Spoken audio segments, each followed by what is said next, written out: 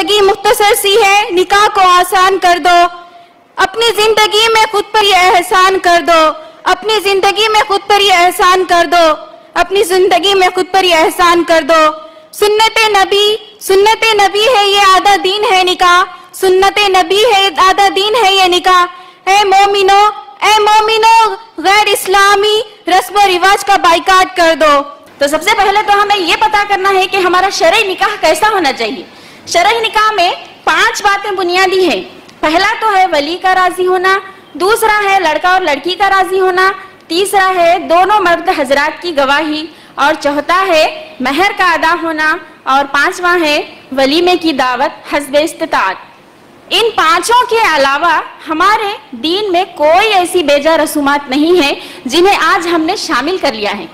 خوشی کے نام پر ہم نے نہ جانے کیا کیا رسومات کو شامل کر لیا ہے، جہیز، شادی کا کھانا، منگنی کی دعوت، منگنی کا کھانا، منجے، سانچک، ہلدی کی رسم، مہندی کی رسم، نہ جانے کیا کیا بیجا رسومات کو ہم نے ہماری نکاح میں شامل کر لیا ہے۔ کیا اللہ کے رسول صلی اللہ علیہ وسلم کی زندگی میں جب نکاح ہوئے تو کیا ان میں ان بیجا رسومات تھے؟ نہیں تھے۔ صحابہ کی زندگی میں یہ بیجا رسومات تھے؟ نہیں تھے۔ اللہ کے رسول صلی اللہ علیہ وسلم کی زندگی میں عبد الرحمن بن عوف جو ایک ہی شہر میں رہا کرتے تھے مدینے میں، جب عبد الرحمن کی شادی ہوئی، دوسرے دن جب صبح اللہ کے رسول سے ملتے ہیں تو ایک قسم کی خوشبو ان کے پاس سے آتی ہے۔ اللہ کے رسول فرماتے ہیں اے عبد الرحمن یہ کیسی خوشبو ہے؟ تو عبد الرحمن کہتے ہیں اے اللہ کے رسول میں نے شادی کر لی ہے۔ تو فوری پوچھتے ہیں کیا تم نے مہر ادا کیا؟ تو کہتے ہیں ہاں میں نے مہر ادا کیا۔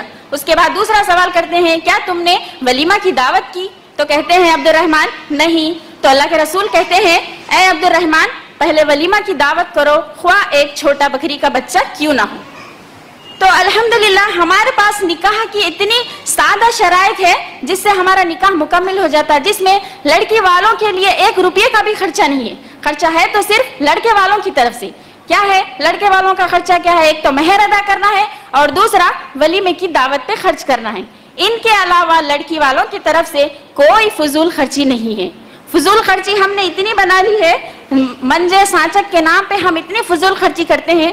اللہ کے رسول صلی اللہ علیہ وسلم نے فرمایا کہ فضول خرچی، قرآن میں اللہ تعالیٰ فرماتا ہے کہ فضول خرچی کرنے والے شیطان کے بھائی ہیں۔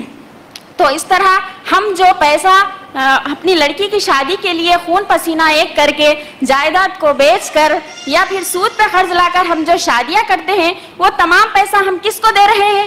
وہ تمام پیسہ ہم سونے کی دکان، کپڑوں کی دکان، شادی خانے، بیوٹی پارلر، ان لوگوں کو ہم یہ پیسہ دے رہے۔ آئیے دیکھتے ہیں ہم ان شادیوں کا بائیکاٹ کس طرح کریں۔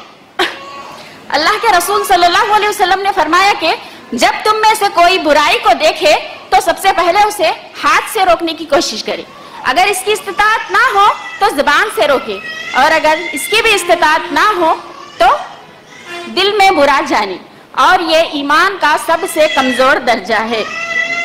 تو آج ہم کیا کرتے ہیں، جب بھی ہمیں شادی کا رخا آتا ہے تو ایسے لوگ جو دیندار ہے یعنی دینداری کو جانتے ہیں لیکن وہ شادی کے رخے کو تو قبول کر لیتے لیکن شادی میں نہیں جاتے، ایسا کرنا بزدلی ہے۔ لہٰذا ہمیں چاہیے کہ ہم ایسی شادیوں کا بائیکاٹ کریں۔ پہلے تو انہیں احسن طریقے سے سمجھائے کہ یہ جو رواج، رسم و رواج جو آپ نے بنا لیے ہیں وہ ہمارے دین کا حصہ نہیں ہے۔ پہلے انہیں احسن طریقے سے سمجھائے، پھر آہستہ آہستہ شادیوں کا بائیکاٹ کرے۔ شادیاں ہی نہیں بلکہ دوسری اور کئی رسمیں بھی ہیں، جیسے کہ چھٹی، چھلا، جمعگی وغیرہ وغیرہ، اور کئی رسمیں ہیں جو ہمارے دین میں شامل نہیں ہیں، جسے ہم نے اپنے رسم و رواج بنا لیا ہے۔